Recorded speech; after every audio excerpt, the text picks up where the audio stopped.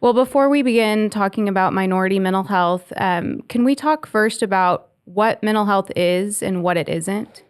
Yeah, I think that's a great question to start with. I mean, I think we think about mental health, we think diagnosing and we think mental illness. And mental health is really about how we connect our mind, body, and spirit in an integrated way. And so it's how we think, feel, act, interact with our systems, our environment, ourselves, others, relationships, and through our connections.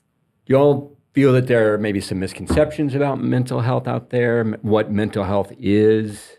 Absolutely. Yeah? Absolutely. What I do know. you see? So in my culture, I am Mexican, and so it's if you're seeing somebody for that, you're crazy. Ah, all right. If it's not fixable, it's something. Yeah. We are generally taught to keep going. You can power through this. Mm-hmm. You've got to do because there's no time to be weak and crying or upset because bills have to be paid and the world has to keep going, and so you just got to suck it up and go. So you saying that you can't wake up, you can't drag yourself out of bed, you can't get up and shower, or that you're scared and you don't know why, there's no logic to that. There's no reason, therefore it shouldn't exist. And if it does, there's something wrong with you. It's not making it through the filter. Yeah. But how can that impact someone's like day-to-day life and activities? How does it not is kind of Right, my yeah. question. Well, I'm kind of stuck in the middle, personally speaking. I'm kind of stuck in the middle because I'm first generation. There's a saying that we say in Spanish, ni de aquí ni de acá. So we're not from here, we're not from there. We're kind of trying to figure out where we're from. So doing that culturally, trying to figure out, okay, what do I bring in? Do I shove it down? But then this culture is telling me, no, you need to speak about it. It's okay. Like this is part of the healing. But then you're thinking, is there something wrong? Because I keep going back and forth. When you grow up, you try to connect with your people. You try to connect with your culture. When you're from two, which one do you connect with? When they seem to be saying different things. So that's one of the things where it's like trying to remove your mind from a situation. Yes, can you do the day-to-day things? Yes, you can, because some of them is just routine. It's just habitual that you do the things. But if you stop long enough, the noise in your head gets to you, and that's when you start questioning everything. So unless you can take your mind away from life, which you can't, then it's always going to be something that you're thinking about in the back of your mind. Yeah, and I think that in indigenous culture, I don't speak for all tribes. I am part of one tribe, but I am not part of all. And so we are very nuanced in terms of the intricacies of tribal culture. And I think from my experience, and I can only speak from my experience, I'm not an expert in that except for what I can bring to the conversation for me, is that it feels more integrated and oneness. And so I think sometimes we take mental health out and we say it's this separate thing. It's this other part of you that is scary and unknown and, overwhelming and, taboo.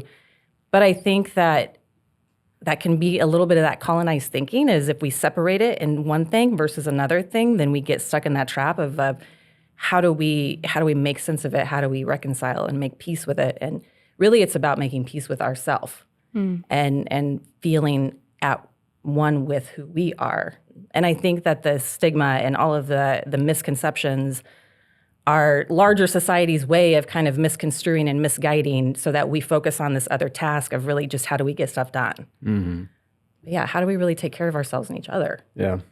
You feel like there are barriers in the Native American community to accessing mental health care?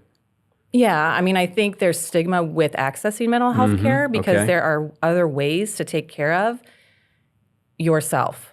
And I mean self in the way of like your spirit and your psyche and your thinking and your relationships. And I think that there's a lot of mistrust in mental health and government agencies because of historical traumas that have happened in the Native American community, that have happened through boarding schools, through different medicine and medical practices, and at one point, mental health, and, basically locking people up for being crazy, right? Because they didn't like how it sounded. And what was going on? What's the boarding school situation? Elaborate on that a little bit.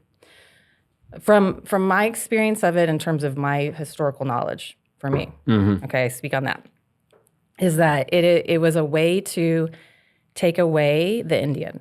It was a way to strip the Indian from their culture and who they were and make them white American. And they did that through a lot of ways and means, and they used, structures like religion and medicine to say, you're not doing it right. We don't like the way you're doing it, and you need to assimilate to how we are, right? And so by stripping us of our culture and our identity, we've been lost for a long time, I think, culturally.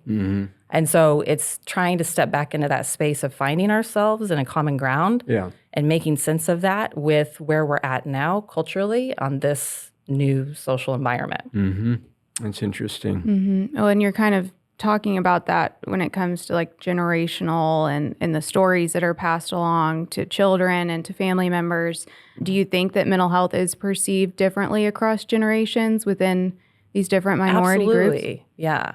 I mean, I think on one hand, mental health is seen as a weakness because it is seen as like, if you get sick in any kind of way, then you're subject to XYZ consequence.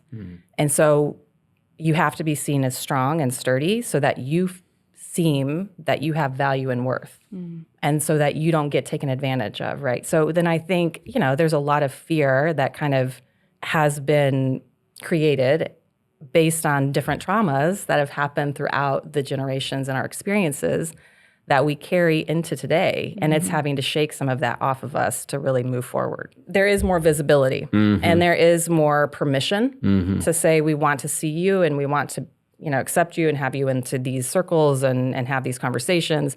But I think there's still hesitancy because there's still lingering mistrust of, really, what do you want to know, right? Like, even for me coming into the podcast, I was like, I really need to check in with myself to make sure that, one, I don't disrespect my people and I don't speak out in a way that makes it seem like I'm speaking too much because there are things that I want to be vulnerable about, but there are things that I need to have boundaries with.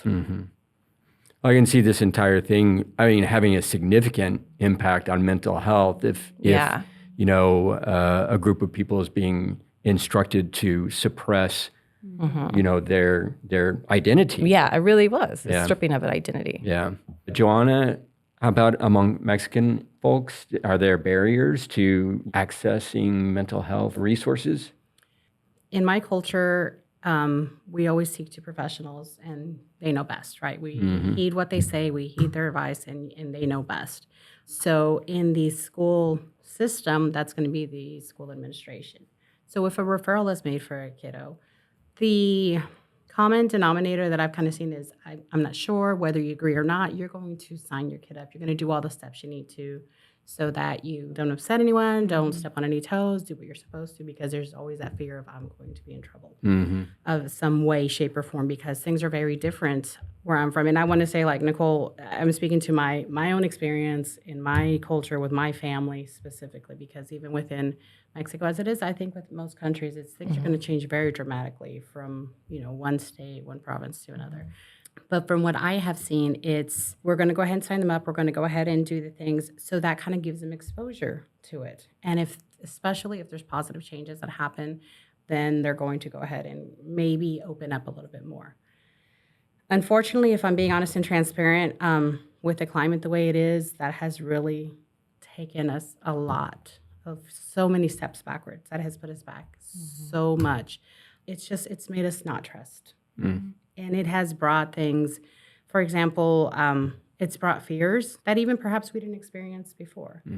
It's a very fine line that I feel that we're walking with what we share and how I want to open up and what I feel is going to be too much. Even if it's for a little bit, it's not going to be safe for a while, which was one of my passions for getting into and becoming a therapist, was because that alone would take down so many barriers.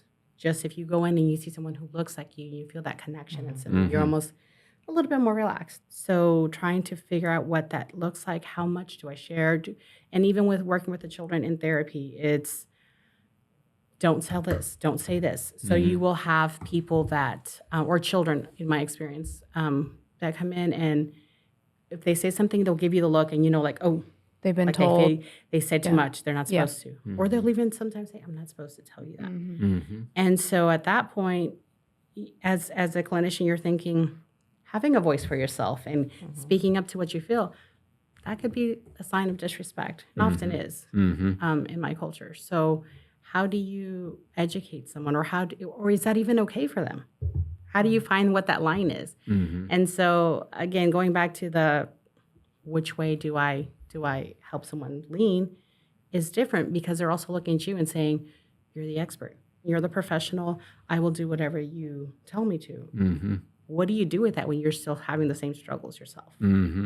So it's got to be a challenge. You're always thinking on your feet when you're with a client, I assume, because you're having to ask those questions and then find that middle ground where you're receptive without being, pushy, and you're giving them the space they need, but you're also trying to, evoke some good conversation